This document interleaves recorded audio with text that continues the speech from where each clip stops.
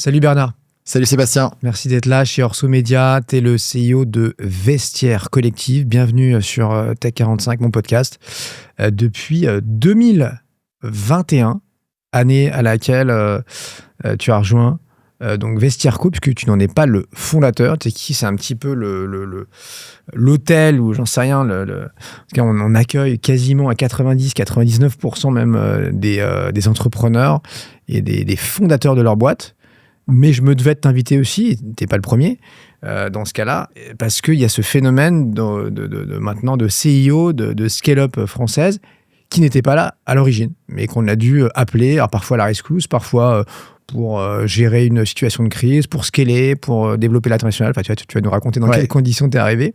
Donc c'est en 21, effectivement, après 15 ans chez Lazard et Goldman Sachs. Donc, que faire un banquier? C'est la question que je te poserai dans une scale-up. Qui plus est, une marketplace dédiée à la mode, donc à laquelle tu n'étais visiblement pas prédestiné. Enfin, je dis visiblement parce qu'on a préparé un peu ensemble cet entretien juste avant.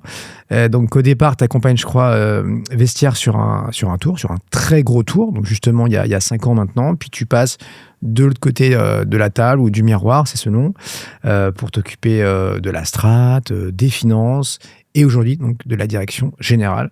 Tu es le numéro 1 de Vestiaire Collective, un des grands noms français de la seconde main premium. Pas toute jeune, donc je l'ai dit, fondée, enfin je ne sais pas dire si je l'ai dit, mais je le rappelle, 2009, c'est ça, de mémoire? Absolument. 2009. Positionnement très clair, donc de la mode désirable, forte dimension de confiance, d'authentification assez rapidement, voire à jour 1, voilà.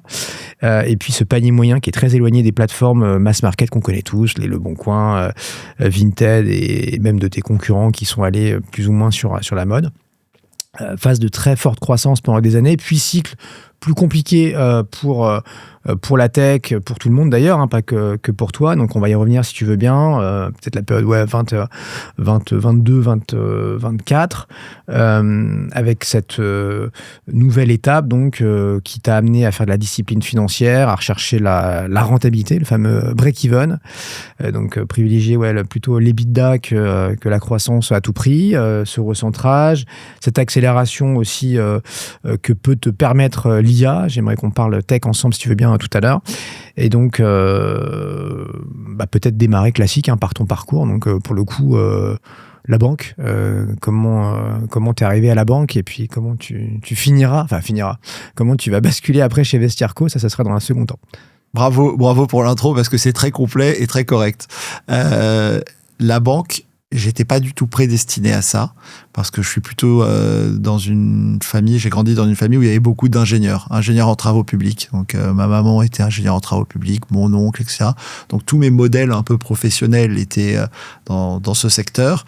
Et je pense qu'à l'époque, et sans aucune pression familiale, il y avait un vrai modèle où on se disait tiens, mon père était médecin, je vais être médecin. Donc moi, ma mère était ingénieure, j'ai envie d'être ingénieur, sans se poser plus de questions parce que le modèle convenait. Et bon, j'étais plutôt bon en maths, donc j'avais la possibilité d'aller dans cette direction. Et j'ai commencé pour rapidement me dire, en fait, avoir conscience que c'était pas le contexte qui me convenait le mieux et que je pense que j'avais des qualités qui seraient plus visibles, mieux utilisées en business. Et donc, je suis allé après en école de commerce. Et c'était début des années 2000. J'ai un grand frère qui a 2 ans de plus, qui lui s'intéressait beaucoup au secteur financier, qui a fait une carrière d'ailleurs en banque, encore aujourd'hui, banque et investissement. Et donc il a ouvert la porte vers un secteur qu'on connaissait pas du tout dans ma famille. Et ayant eu la chance de faire HEC, j'ai eu accès à Lazard dans un premier temps et j'ai pu commencer ma carrière en stage à Lazard Paris, puis après aller à Lazard New York. Qui est un des plus beaux noms, hein. Lazard, Rothschild, bien pour ceux sûr. qui connaissent. À Paris un peu, à New York surtout. Ouais, bien sûr. C'est les Français qui ont ouvert ces portes de la banque d'affaires, de la banque privée. Absolument. Lazard et Rothschild, c'est des maisons qui ont inventé le métier et donc qui ont des histoires magnifiques, etc. Et j'ai eu beaucoup de chance de commencer à New York, parce que New York, c'est vraiment sur le secteur bancaire la place où il y a le plus d'activités. Et quand je dis beaucoup d'activités, c'est-à-dire il y a beaucoup de deals, les deals se font rapidement, les deals sont plus importants, le marché est grand, donc c'est des deals de grande taille, donc les commissions sont importantes, etc. C'est un rapport de 1 à 100 souvent. Hein. Un truc qui vaut 1000 ici, ça vaut 10 000 là-bas. Quoi. Ouais. 1 à 10 peut-être, mais... 1 à 10, oui, ok. Ouais. T'es un peu gourmand, là. Mais c'est déjà beaucoup, 1 à 10. Bah, c'est énorme, c'est énorme. Et quand tu es analyste, et aussi, en France, c'est aussi une super place pour la banque d'affaires, très technique en France, mais très technique aux États-Unis aussi, d'accord? Parfois, on peut se dire, ah oui, nous, les Français, les ingénieurs, etc. Non, aux États-Unis, c'est très technique. Donc, j'ai vraiment appris le métier, finalement, plus aux États-Unis sur le côté technique que sur le côté relationnel. C'est vraiment les 2 grands piliers de la banque. Et très concurrentiel, là-bas. C'est-à-dire que si t'es pas dans les meilleurs, tu te fais vite balayer, non? C'est assez... non, le marché est très profond. D'accord. Le marché est très profond. Et donc, pour chaque segment de marché, il va y avoir des banques. Okay. Si tu veux faire un très gros deal, ça va être Goldman, ça va être Lazard, ça va être Morgan Stanley, ça va être JP Morgan. Et voilà, il y a peu d'acteurs. Après, tu descends un peu, tu vas en mid-market, là, il y a d'autres banques qui vont s'occuper de... Donc c'est... il y a beaucoup de banques, mais beaucoup de places aussi. D'accord? J'ai adoré. J'aurais pu rester à New York toute ma vie. Chaque fois que j'y vais, j'adore. Et pourtant, tu l'as pas fait. Et pourtant, je l'ai pas fait. C'est quoi le truc? Alors, pour des raisons personnelles, ma copine de l'époque, qui est ma femme aujourd'hui, était en Europe, en Espagne, et donc c'était quand même pas facile de gérer en longue distance. On l'a fait 3 ans, mais je pense que c'était le max, ouais. Et après, même professionnellement, j'avais bien conscience qu'il y avait un aspect très important, qui était la relation client et construire des relations, et que ça prenait du temps. Et je rentrais à un moment où je me disais, je savais que je voulais vivre en France, en Europe. Et donc, chaque année passée aux États-Unis, c'était une année que je ne passais pas en France, où je ne créais pas des relations en France. Et donc, tout ça a fait que je suis rentré chez Lazard à Paris. Et puis, au bout d'un moment, j'ai eu l'opportunité, je suis resté 2 ans, et au bout d'un moment, j'ai eu l'opportunité d'aller chez Goldman. Là aussi, un peu comme sur ingénieur versus business, je me suis dit, tiens, cadre de travail à l'anglo-saxonne, ça va plus me correspondre. Et bon, Goldman était aussi le leader de l'industrie. Comme j'adorais ce métier, je me suis dit, tiens, si j'ai l'opportunité d'aller chez Goldman, à un moment, je le ferai. Et donc, j'ai appelé une copine qui était chez eux. Et rapidement, une place s'est libérée. Et j'ai rejoint en 2021. Et je suis resté 10 ans. Et pour continuer... Ça correspondait à l'image que tu avais, parce que Goldman, c'est, alors pour ceux qui rêvent encore, c'est un peu moins à la mode aujourd'hui, mais de la banque d'affaires, c'est le Graal. Et puis pour ceux qui n'aiment pas le capitalisme, c'est le diable, quoi. C'est c'est très sulfureux, quoi. Ouais. Mais je comprends. Mais bon, parce que je crois que Goldman, en tant que leader de l'industrie, reçoit tous les feedbacks négatifs de toute personne. Et donc, Goldman représente la banque, en fait. Alors que, bon, je ne vais pas citer une autre banque, mais une banque qui est 5e, 6e dans les classements, les gens vont moins se concentrer sur elle. Ils font le même métier, mais ils prennent moins de coups, quoi. Oui, exactement. Et ils font le même métier de la même façon. Je ne sais même plus qui est le patron aujourd'hui. On a longtemps parlé de Blankfein. Salomon. Salomon, il est plus discret que ses prédécesseurs, peut-être. Ouais. Bon, quand même, c'est un poste hyper exposé. Il est DJ aussi à ses heures perdues, donc ça le rend assez visible sur ça. Okay. Et j'ai adoré Goldman. J'ai adoré Lazard et j'ai adoré Goldman. Si on parle de Goldman quelques minutes, c'était vraiment une machine à gagner. C'est une machine à gagner, c'était une organisation. C'est un peu à gagner des deals, à gagner des bonus, à gagner des deals. Okay. Et donc après des bonus, mais d'abord des deals. Et vraiment, c'est une organisation, c'est intéressant. Et je dis pas que c'est bien, mais c'est une organisation qui est très très forte. Et donc, qui prend le dessus sur les individus. L'organisation, tout est bien organisé, etc. Et donc, les individus ont des rôles dans une organisation. Alors que si tu regardes Lazard, c'est très différent. Lazard, c'est une entreprise où, à mon époque, ça a probablement changé maintenant, mais où l'organisation était moins robuste, mais où, du coup, les banquiers étaient beaucoup plus mis en avant. Est-ce que c'est pas très américain, ça, la corp? Tu vois, t'as ça chez Apple, chez AWS, chez Google. Enfin, tu vois, on aime bien les individualités, mais à un moment donné, il y a la signature du groupe et faut pas trop t'écarter quand même. Hein. Ouais, c'est vrai, peut-être. Mais bon, Lazard, c'était quand même aussi américain, franco-américain, d'origine française. Mais bon, le Lazard que j'ai connu, c'était quand même une entreprise qui était cotée aux États-Unis. Puis j'avais bossé aux États-Unis. Si tu devais résumer Goldman en quelques mots, tu dirais quoi alors? C'était les questions qu'on posait aux gars qui passaient leurs entretiens. J'ai l'impression de repasser l'entretien. Ça va, t'es loin de tout ça, toi. Il y avait beaucoup travail en équipe. Travail en équipe, c'est quelque chose qui était très important chez Goldman. C'était pas... si t'es un banquier et que t'as une relation client, c'est bien. Mais en fait, la clé, c'est d'apporter les bonnes personnes au sein de cette organisation de plusieurs dizaines de milliers de personnes qui va résoudre le problème très spécifique dans telle région, sur tel type d'opération et apporter la bonne réponse. Et sur un aspect moins officiel, un peu plus croustifondant, tu dirais quoi là? Sur Goldman. Ouais, dans les coulisses, les trucs un peu plus sympas pour un podcast. Ouais. Non, franchement, j'ai adoré mes années là-bas. J'ai adoré. Il y avait une confiance. Je pense le leadership, ça apporte une confiance qui est très forte. Moi, je vais faire une comparaison. Nadal, il a gagné Roland-Garros 13 fois de suite, quasiment, parce qu'il était nettement au-dessus des autres. Et c'est exceptionnel. S'il était un peu au-dessus, en terre battue, un peu au-dessus de Federer, il n'en aurait pas gagné 13, il en aurait gagné 7, Roger en aurait gagné 3-4 au lieu de 1, et puis d'autres joueurs auraient eu leur opportunité. Mais non, par son travail et par son talent, il avait créé un delta qui était tellement important que même les années où il jouait moins bien, il allait le gagner. Et Goldman, c'était un peu ça, puisque Goldman est toujours premier en banque d'affaires et notamment en tech, systématiquement, chaque année, etc. Donc, ils se sont achetés cette marge de manœuvre. Et ouais, c'était hyper agréable, personnellement, de bosser dans ce contexte. De quelle année à quelle année, toi ? Moi, 2011 à 2021. D'accord. Ouais, donc tu as vécu... Est-ce que tu as vécu l'IPO de Facebook ou pas à New York ? Alors non, je me souviendrai plus c'était quelle année, mais j'étais à 14, Paris. J'étais à Paris. Ok. Donc, bon, il y a un jour un client qui s'appelle Vestiaire Co. C'est ton client, d'ailleurs. Ouais, absolument. Et tu t'occupes notamment de leur levée. Ouais. 2021. Moi, j'imagine que quand on lève, 300-400 millions, c'était combien à l'époque En 2021, en 2 fois, 250. 250. Ouais. Ça prend quelques mois. Ouais. Donc, t'es vraiment... En 2021, ça va vite, en l'occurrence. Ouais. Les deals, ils allaient vite parce que le marché était très favorable, très chaud.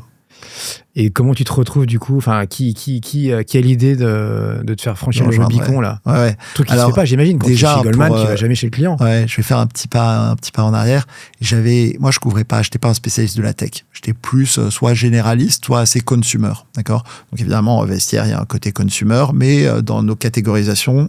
Chez Goldman, c'était une entreprise de tech. Tu peux nous citer les clients que tu accompagnais ou pas ?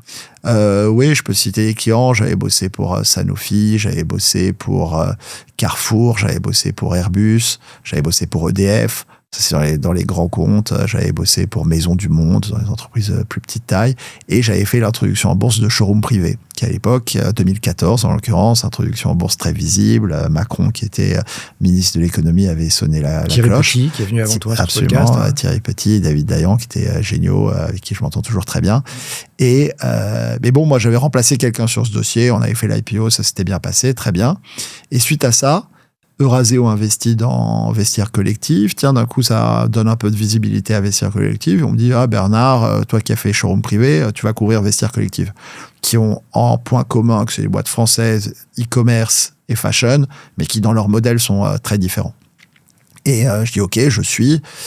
Et j'ai eu quelques meetings chez Vestiaire. Et à l'époque, je me disais, tiens, Vestiaire, c'est une boîte qui est l'idée est intéressante, etc. Mais on sentait que c'était des process qui n'étaient pas très tech-driven, d'accord. Donc, les investissements en tech n'étaient pas très significatifs. L'expérience top, relation avec l'industrie de la mode de luxe top, et on y reviendra. Mais moins concentré sur la tech. Et puis, au bout d'un moment, je commence à avoir des collègues d'Asie qui me disent « Bernard, il faut que tu rencontres Max, il vient, il va reprendre Vestiaire, etc. » et tout. Donc, moi, je connaissais pas Max, mais pour eux, c'était Max, il était connu, etc. Donc, je me renseigne, et donc, je vois Max, c'était le fondateur de Lazada, un petit Amazon en Asie du Sud-Est qu'il avait vendu à Alibaba dans des superbes conditions, et il avait rejoint Vestiaire. Et j'ai rencontré... Comme CEO et investisseur. Et donc, je le rencontre en 2019 et tout de suite, je vois qu'il y a une nouvelle dynamique. Hyper concentrée sur Vestiaire, la data, la tech, les investissements, etc. Et très rapidement, cette énergie, elle se convertit en une croissance qui accélère. On commence à rentrer dans une phase où, tiens, la mode de luxe de deuxième main est plus visible. Vinted commence à bien fonctionner aussi. Il y a le Covid, quelques semaines d'hésitation, mais finalement, ça accélère cette tendance. Et moi, là, j'ai Max dans un de mes... Clairement, on se parle régulièrement et c'est un client potentiel actif qui regarde des choses. C'est un marché où il y a pas mal d'acteurs. Est-ce qu'on consolide? Est-ce qu'on lève des fonds et tout? Et il nous confie en novembre 2020 une levée de fonds et qu'on a effectivement exécuté très rapidement. En novembre, 6 mois, quoi. Même pas, parce que en novembre, il nous confie la mission. En 6 semaines, on prépare le investor book, etc. Et il y a le Brexit à ce moment-là. Et pour autant, on attaque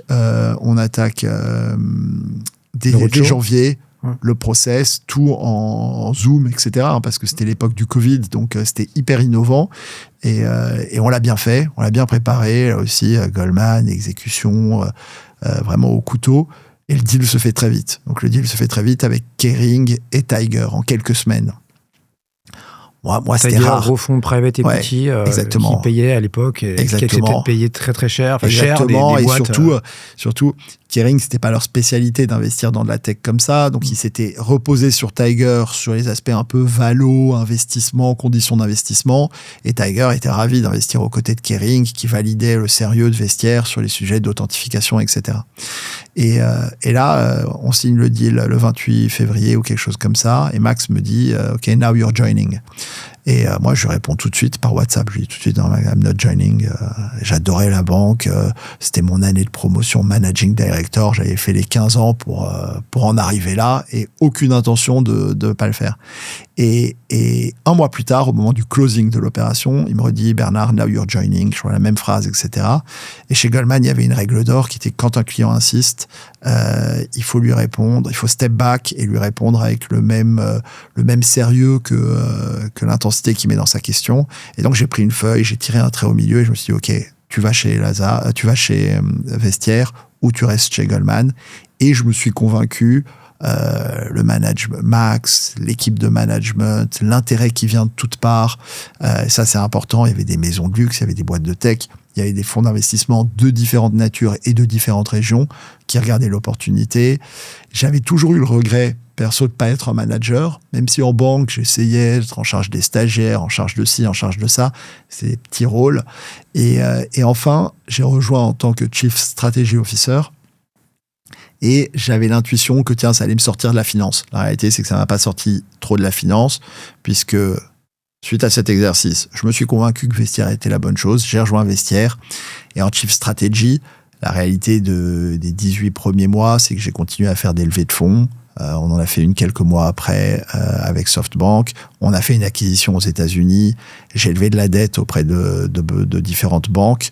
Ça, c'était des projets que j'avais l'habitude de faire en banque. Donc, tu étais encore dans les cordons de la bourse. En fait, c'est encore toi qui tenais les comptes, toi. Ouais, sur ce type d'opération, comme dit, opération haut de bilan, c'était moi.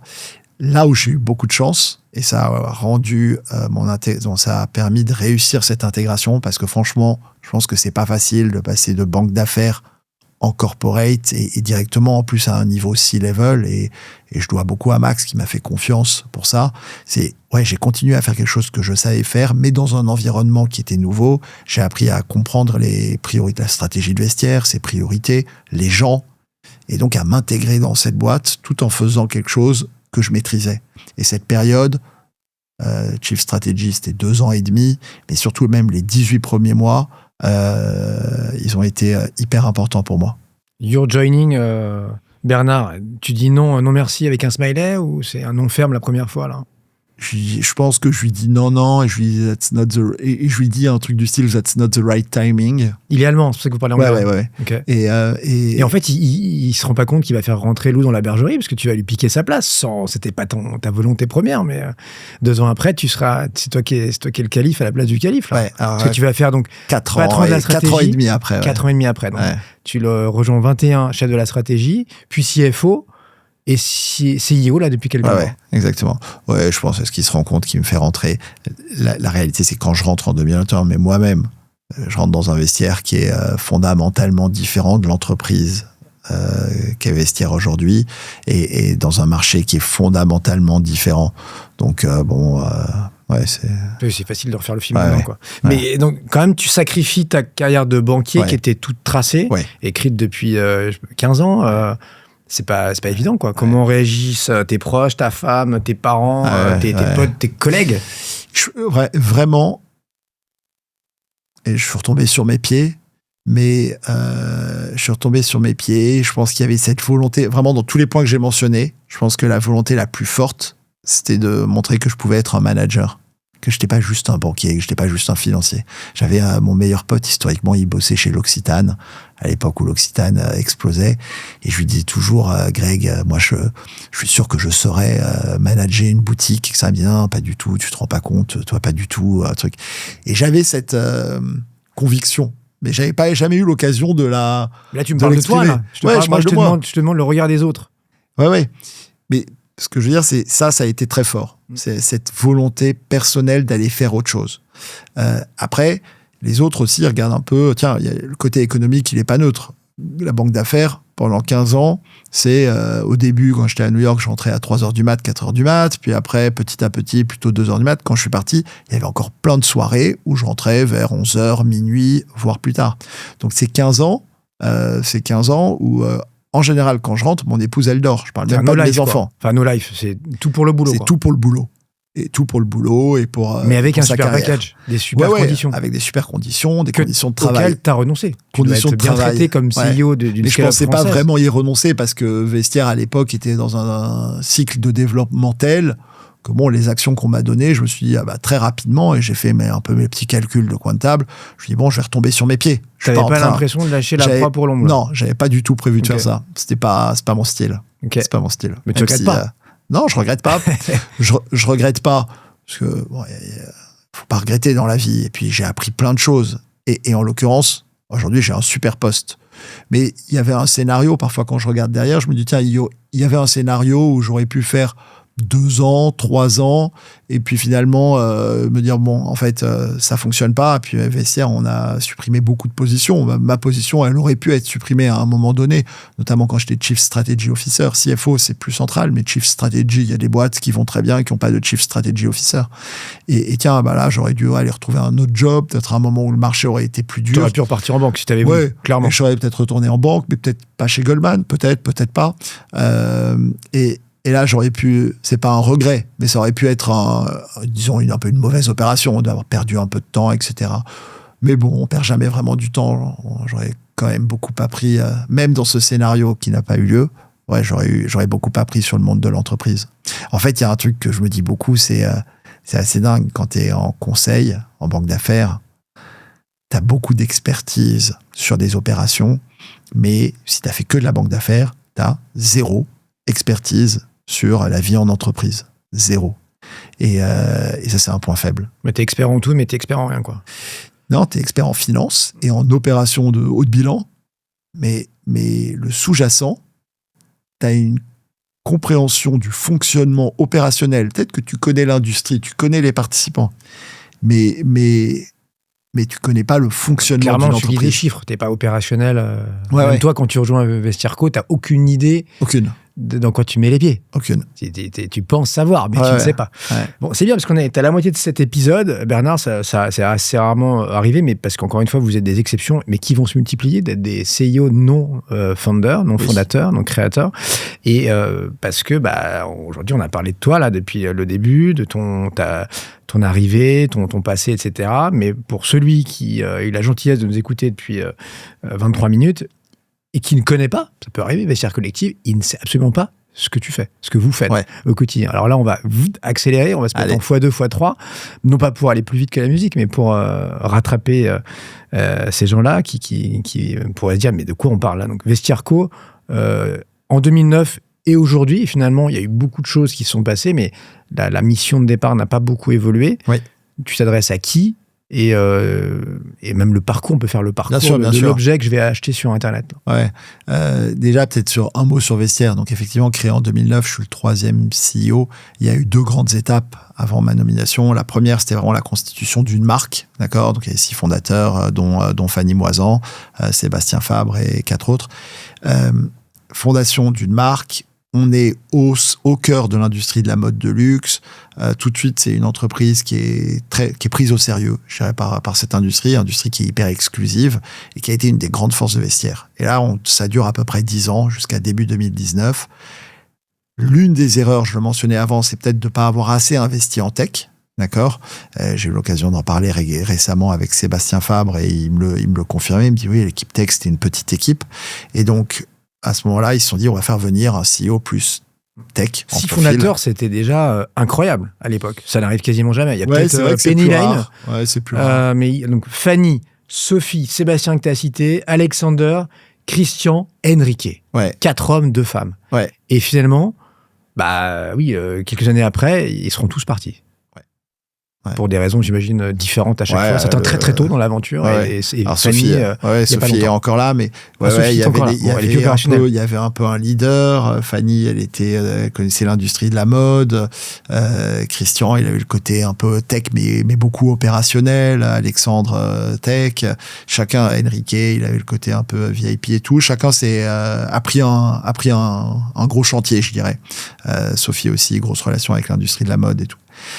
Mais effectivement, j'anticipe après une question suivante. Après, la boîte, elle évolue, elle avance, il y a des nouveaux besoins. J'arrivais à 2019, il y avait un besoin d'investissement en tech plus fort, de leadership en tech plus fort, et ça a été l'occasion de changer de CEO, et Max est arrivé.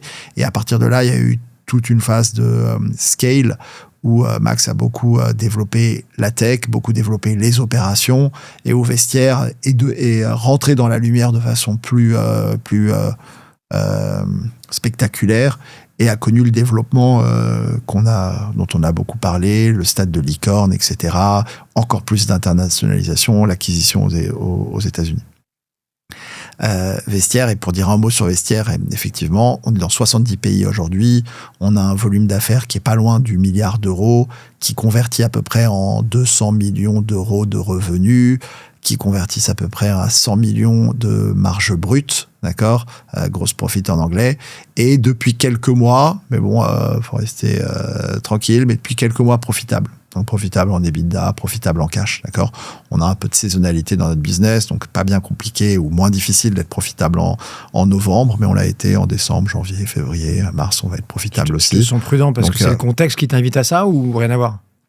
T'es prudent parce que, tiens, pour être profitable, parfois tu prends on enregistre ça fin mars 2026 et on ne sait pas encore si les Américains vont poser le pied en Iran, enfin voilà, le contexte pour ceux qui nous écoutent donc déjà, en 2030 là. Tu le vois, c'est vrai, il y a toujours des imprévus. Au mois de mars, il y a eu un impact de la guerre. On a une petite partie de notre activité, très petite, qui est au Middle East. On a dû la fermer parce qu'il n'y a pas de shipping en ce moment, donc il y a des aléas. Un coup c'était les tarifs l'année dernière, il y a quelques Désolé années, pour celle qui attend son sac Kelly à Dubaï. Il arrive, mais pas tout de suite. Il est bloqué dans le détroit. En l'occurrence, on a fait en sorte qu'il n'y ait plus de commandes. Tu vois, pour pas être dans cette situation. Donc c'est vrai qu'il y a des aléas. Je suis prudent aussi parce que parfois tu prends des actions défensives. Tu vas prendre une action, tu vas dire tiens, on peut un peu monter les commissions, on peut un peu baisser le marketing, etc. À court terme, ça t'aide, mais tiens, sur le long terme. Après, on a un plan en tête qui est clair sur comment on va repasser à l'offensive, parce qu'en fait, une fois que tu es profitable, la grosse différence, une fois que tu es profitable, tu peux repasser à l'offensive. Tu as des marges de manœuvre, quoi. Tu peux baisser tes commissions, ça rend la plateforme plus attractive. Tu peux te remettre à remonter le marketing à partir d'une base saine. Pourquoi on vient chez toi pour qu'on télécharge l'app Vestiaire Co, Bernard, et comment ça fonctionne? Une fois que j'ai trouvé l'article de luxe que je voulais, il part d'où? Il vient, comment tu l'identifies? Comment il arrive chez moi? Donc effectivement, nous, c'est article de luxe, on est concentré sur ça, on est très exposé à un certain nombre de marques de luxe. Les grands, c'est Hermès, c'est Chanel, c'est Louis Vuitton, pour citer les 3 premiers sur notre plateforme. Après, tu rajoutes Dior, Prada et autres. Panier moyen? Gucci. Panier moyen, 380 €, d'accord.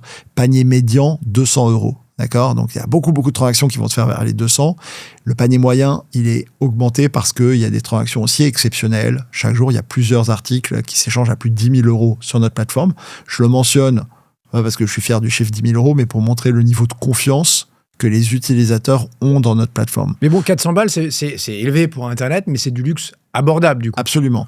C'est-à-dire que neuf, ça valait le double, le triple, quoi. Le double, le triple, parfois plus. Ça dépend de la marque, ça dépend du produit. Il y a des marques où le prix va beaucoup, prenons l'exemple d'Hermès, sur certains produits, le prix va résister complètement, voire éventuellement même en deuxième main monter parce qu'il est très difficile à acheter. La règle générale, c'est que le prix entre la première main et la deuxième main, c'est une chute très importante, d'accord? C'est pour ça que le vestiaire est aussi intéressant. Tu te dis, tiens, moi...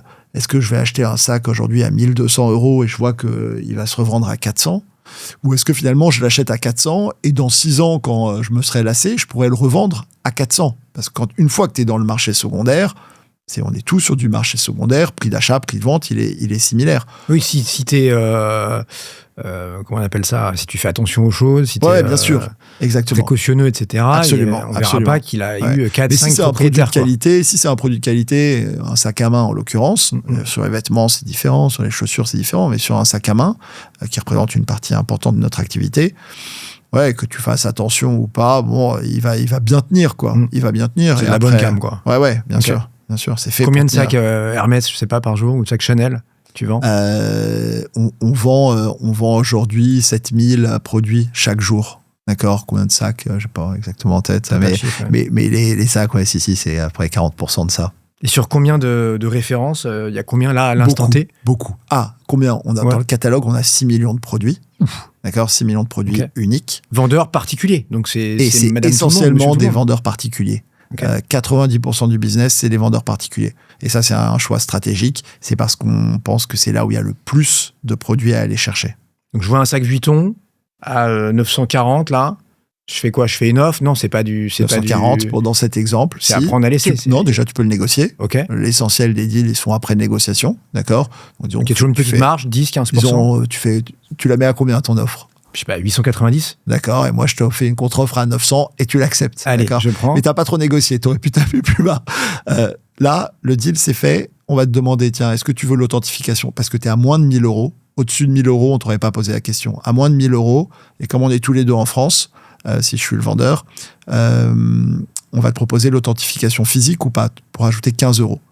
À 900 euros, tu la rajoutes, en tout cas c'est ce que font les utilisateurs. Auquel cas, moi, je vais recevoir un label. D'accord? Je vais le mettre, je vais faire un petit packaging rapide sur mon produit. Je vais mettre l'étiquette que j'ai reçue de Vestiaire Collective et le produit va partir. Dans cet exemple à Tourcoing, on a 4 centres d'authentification, un aux États-Unis, UK, Hong Kong et France à Tourcoing. Il va partir à Tourcoing. À Tourcoing, il va être inspecté. Alors là, c'est important. Dans nos centres d'authentification, c'est du flow management et pas de logistique particulièrement complexe où on va garder les produits. Le produit, en 24 heures, il passe de dépackaging, quality control, authentification, shipping, et tu le reçois. C'est à vous ou c'est des prestats, ça? C'est nous et c'est central. Les centres d'authentification, c'est un des actifs principaux de Vestiaire Collective. Tu vas certifier combien d'articles? Quel pourcentage? Et alors, c'est 2/3 des opérations qui représentent 1/3 de la valeur. Elles sont faites en direct shipping. Donc, ça veut dire que je passe pas par le centre d'authentification. T'as pas pris l'option à 15 euros. Le label, au lieu de me dire Tourcoing, il me dit Sébastien, il part directement chez toi. Et là, tu auras 3 jours pour confirmer l'opération ou mentionner s'il y a tel ou tel problème. Et 1/3 des opérations, représentant 2/3 de la valeur, passent par les centres d'authentification. Chaussures, vêtements, sacs, qu'est-ce qu'on trouve d'autre? Est-ce que tu as lancé d'autres verticales, là, les montres, les chapeaux? Non, montres, c'est une petite activité sur Vestiaire, mais il y a des spécialistes. Donc, on dit que c'est une plateforme d'arbitrage. Ce qu'on a lancé récemment, ou sur lequel on a mis plus d'intensité, c'est les hommes. Ok. Donc ça, c'est un truc à part, les hommes? Non, c'est sur Vestiaire Collective. Ouais. Mais quand tu télécharges l'app, on va tout de suite te demander est-ce que tu es un homme ou est-ce que tu es une femme? On va un peu te forcer à répondre. Et donc, tu vas avoir une expérience qui va être plus personnalisée. C'est quoi, c'est 10% de ta clientèle? Non, c'est plus, c'est entre 20 et 30. Ah ouais? Oui, mais sauf que c'est peut-être 20% de la clientèle, et peut-être qu'une fois sur deux, c'est pour acheter pour madame. Pour faire un cadeau ou pas forcément? Oui, donc là, c'est sur la nature de l'acheteur, pas sur la nature du produit. Ou attends, est-ce que je dis une bêtise? Non, c'est nature du produit. C'est nature du produit, parce que les produits, quand ils sont listés, on dit si c'est pour homme ou pour femme. Ok, très clair. Bon, quand on n'est pas fondateur, il y a toujours cette question de se dire est-ce que je fais table rase du passé? En plus, voilà, c'est une boîte qui a maintenant une quinzaine d'années. On l'a dit, 6 fondateurs, partis quasiment les uns après les autres. Même si, Fanny et Sophie étaient peut-être les plus visibles. Est-ce que toi, alors tu arrives en 2021, certes, tu n'es pas déjà CEO, tu l'es que en fin 25, mais je veux dire, tu me vois venir. Est-ce que tu veux réinventer, et toi seul, ou surtout avec ton board et avec tes investisseurs, le Vestiaire Collectif des 15 prochaines années, et donc dans ce cas-là, il faut un peu bousculer cet ADN, ou au contraire, non, c'est hyper important de rester cohérent et d'y aller vraiment par petites touches. C'est hyper important de rester cohérent. Moi, je pense que l'ADN de Vestiaire, j'ai dit, les 2 étapes, une sur le luxe, Une sur tech et opération, c'est la force de vestiaire. La force de vestiaire, c'est dans ces deux modèles que je viens de dire. Tiens, un en direct shipping, très tech, qui s'appuie donc sur authentification digitale, parce que tous les produits passent d'abord un pré-screening d'authentification digitale.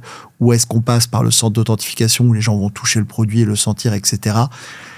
Ces deux modèles, ils font que Vestiaire, on a un panier moyen qui est élevé, un niveau de confiance qui est très élevé, mais des coûts par commande qui restent très bas. Et donc des unit economics qui sont attractifs, qui fait qu'on est profitable sur chaque transaction, quelle que soit la transaction aujourd'hui chez Vestiaire, on génère du profit.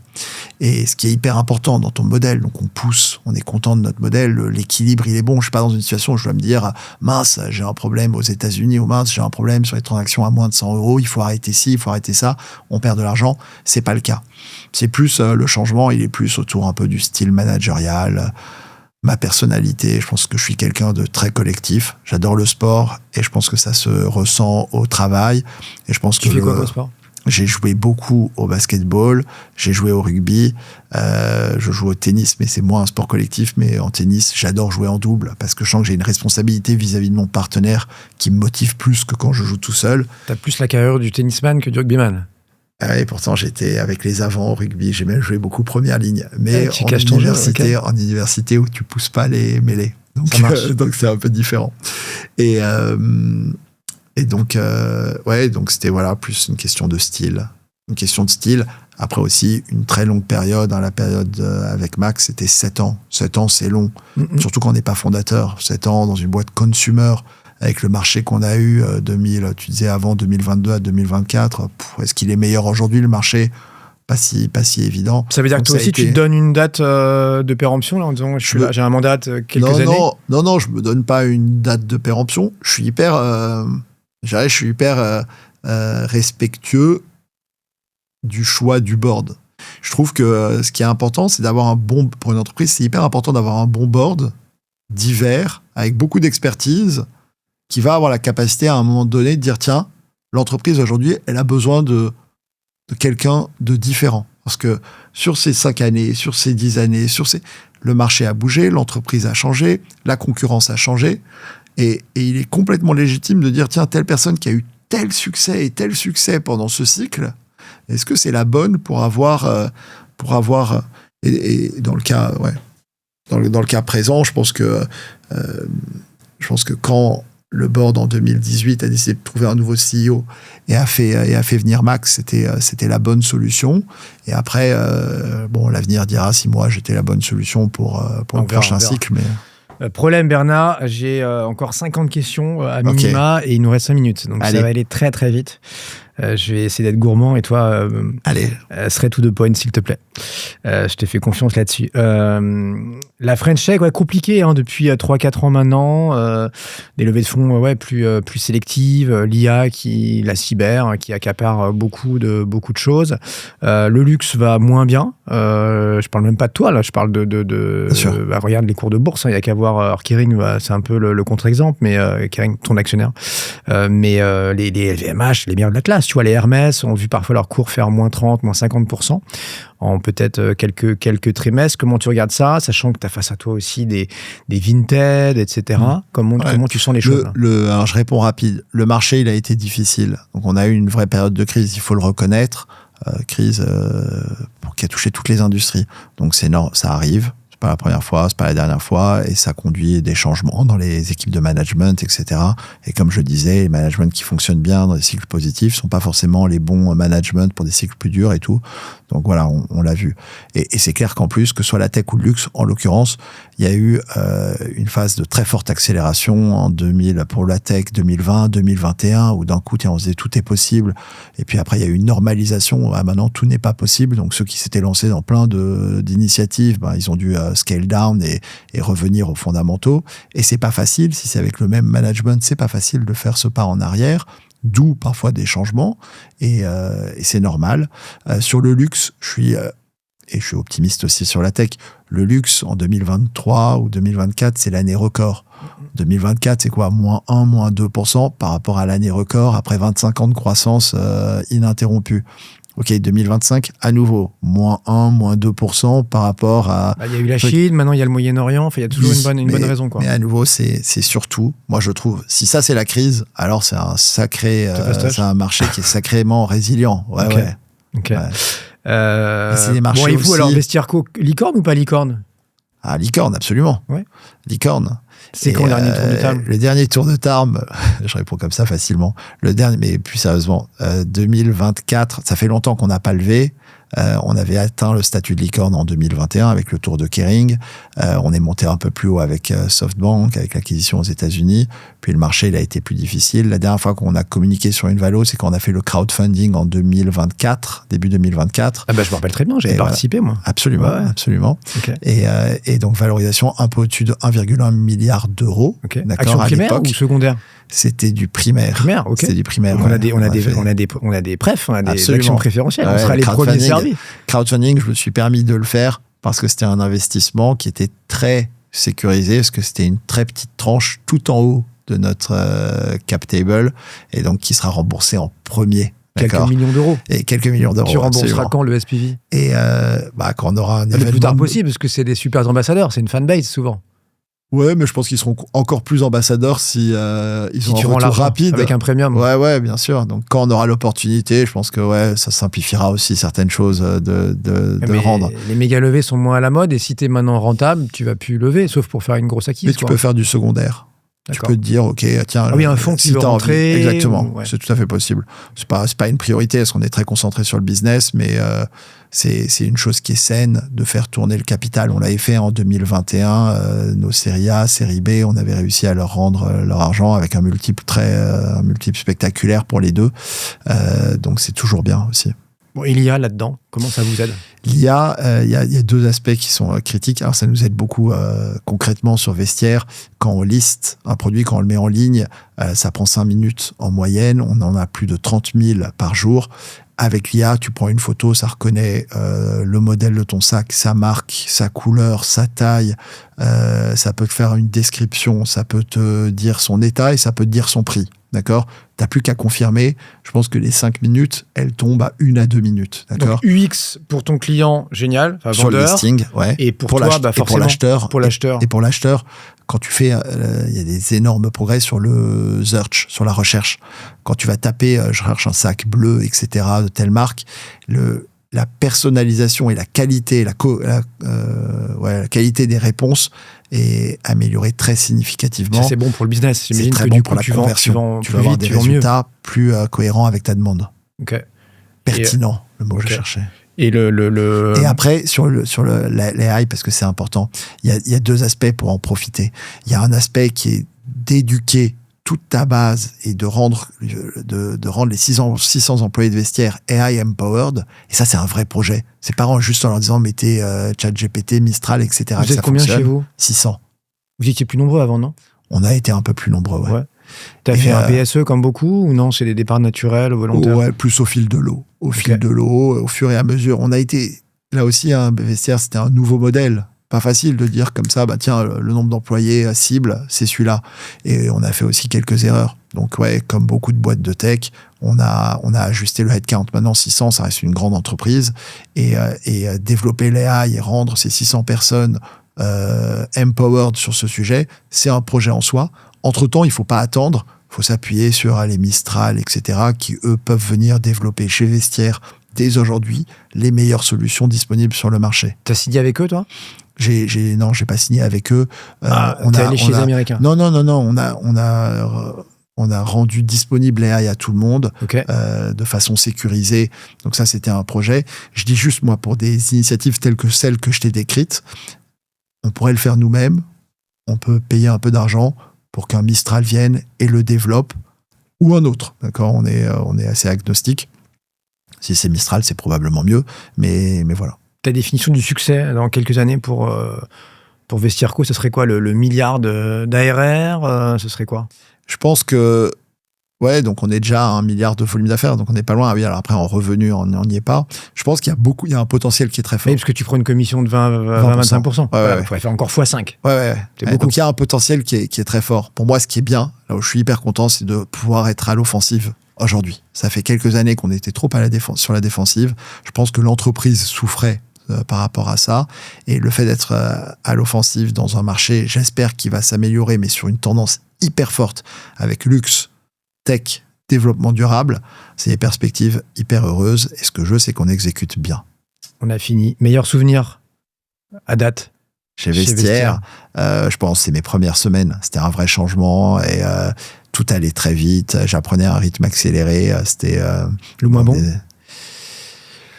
Ouais, le moins bon, c'est quand tu as l'impression que c'est difficile et quand tu as l'impression que c'est difficile et qu'on n'est pas forcément toujours tous alignés, qu'on travaille pas forcément en équipe et que on court tous très vite, mais pas ensemble. C'était quand ça? Ça a duré quelques temps. Et comment tu fais pour t'améliorer comme CEO d'une boîte que tu n'as pas fondée? Quel conseil tu donnerais à quelqu'un qui va faire la même chose que toi la prochaine? Aujourd'hui, je peux donner aucun conseil parce que j'apprends. Ça fait 6 mois et j'ai toujours l'impression de ne pas avoir trouvé exactement le bon rythme. Donc, c'est donner des conseils, ce serait un piège. Ce qui est clair, c'est travailler dur pour être sûr d'être on top of things, prioriser. Et si, un conseil, et ça c'est facile, c'est l'équipe. Il faut avoir la bonne équipe. Si t'es pas à l'aise avec l'équipe que t'as, il y a un problème. Tu peux pas déléguer, t'as l'impression que cette personne avec qui t'es pas à l'aise, les autres aussi vont pas être à l'aise avec cette personne, pas bien bosser avec cette personne, toi, du coup, etc. C'est mieux et tout. Quand c'est toi qui l'as choisi. Non, parce que moi c'était mes collègues, donc je travaille avec mes collègues, etc. Mais c'est important dans la constitution de l'équipe de t'assurer que tu donnes des responsabilités aux collègues avec qui t'es confortable. Et ça, chez Vestiaire, aujourd'hui, je suis hyper satisfait de la situation actuelle et ça me donne beaucoup, beaucoup d'énergie et de confiance en l'avenir. Une personne qui doit venir après toi? Ah, tiens, c'est une bonne question. C'est pas facile. Allez, Guillaume Gibaud. Du slip français, qui est un super gars, qui mène un projet exceptionnel. Je sais pas si c'est assez tech pour toi, mais en tout cas, c'est quelqu'un qui est top. Il a une belle histoire, très résiliente. Merci à toi, Bernard. Donc, écoute, je te souhaite le meilleur. Alors, merci ça fait beaucoup, que quelques Sébastien. mois comme CEO de Vestiaire Collective. Merci beaucoup. Merci.